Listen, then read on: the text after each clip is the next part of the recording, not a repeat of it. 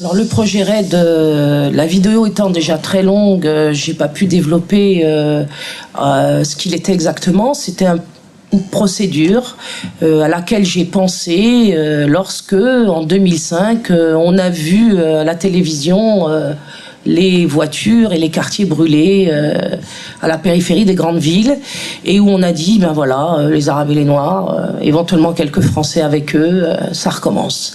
Moi, j'ai été bouleversée quand j'ai vu ces images en 2005, même si ce sont des images manipulées, je sais qu'elles correspondaient peu ou prou à une certaine réalité, pour la bonne raison que j'étais prof de banlieue. Hein. Moi, je ne suis pas allée faire autre chose ensuite que de passer un concours comme tout le monde, de le travailler comme tout le monde, et puis de ne pas être reçu presque comme tout le monde la première fois, et de le recommencer une deuxième fois. Et ce travail m'a conduit effectivement à être titulaire de l'éducation nationale, où il y aura encore beaucoup de choses à dire, on y reviendra un autre jour. Et ce projet RAID, c'était l'idée que tous les ans, à la sortie du système scolaire à partir de 16 ans, eh bien, on met 150, 200 000 jeunes à la porte de l'école, en même temps à la porte de chez eux, parce que les parents veulent les tuer, ça, ce qui est logique. Viré de l'école, vous êtes aussi quasiment viré de la maison, donc c'est extrêmement grave, ça nous fait des gens qui traînent dehors. Quand on est viré de l'école, on est viré de la maison et on se retrouve dehors. Donc on connaît les conséquences de cette errance ensuite. Donc je me suis dit, puisqu'ils les ont dégagés du système scolaire sans qualification, c'est-à-dire, quand je dis sans qualification, c'est-à-dire sans savoir lire et écrire. Je dis pas sans le bac plus 72. Hein. Je vous dis sans savoir faire une division et sans connaître la conjugaison du verbe chanter au présent.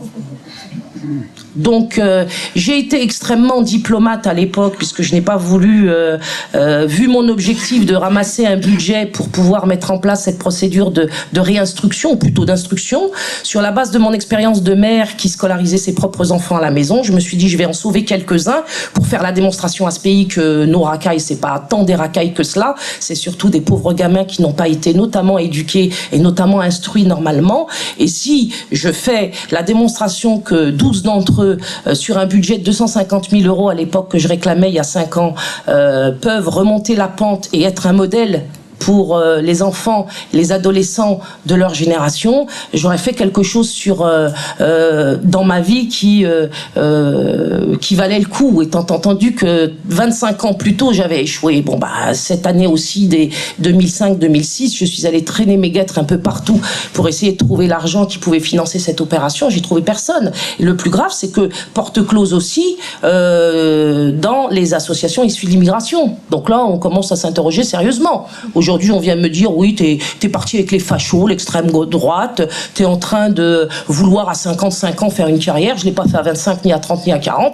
Je sais pas ce que je vais faire comme carrière à côté d'Alain Soral ou de Dieudonné. Bon.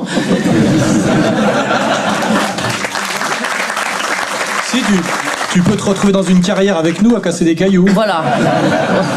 Voilà, à peu près. Tous les trois, ce sera déjà pas mal. On sera encore dans la situation où vous serez bien obligés à un moment de vous dire qu'il se passe quelque chose dans ce pays. Donc, il n'a pas été possible de faire le RAID. On reviendra peut-être là-dessus, en long, en large et en travers, parce que c'est une histoire qui, elle aussi, mérite d'être connue, dans sa forme, et ensuite dans les obstacles que j'ai rencontrés, qui m'ont conduit à encore une fois devoir abandonner le terrain de la lutte. Je le déplore d'autant plus, et je le répète, que les institutions du pays, les partis politiques traditionnels, ou plutôt habituels, n'ont pas été les seuls à rejeter ce projet. De fait, il a été aussi rejeté par les associations issues de l'immigration, les associations même éventuellement musulmanes, puisque là encore, on s'est retrouvé autour du RAID à quelques percées près, à quelques publications d'articles près, dans une conspiration du silence où tout le monde a participé. Tout le monde a participé. Personne n'a voulu qu'une expérience se fasse en banlieue, et qui aurait pu être un étendard pour toutes les banlieues, et en particulier pour tous les jeunes, en direction de la France profonde, pour faire la démonstration que ces gamins, c'était pas des racailles.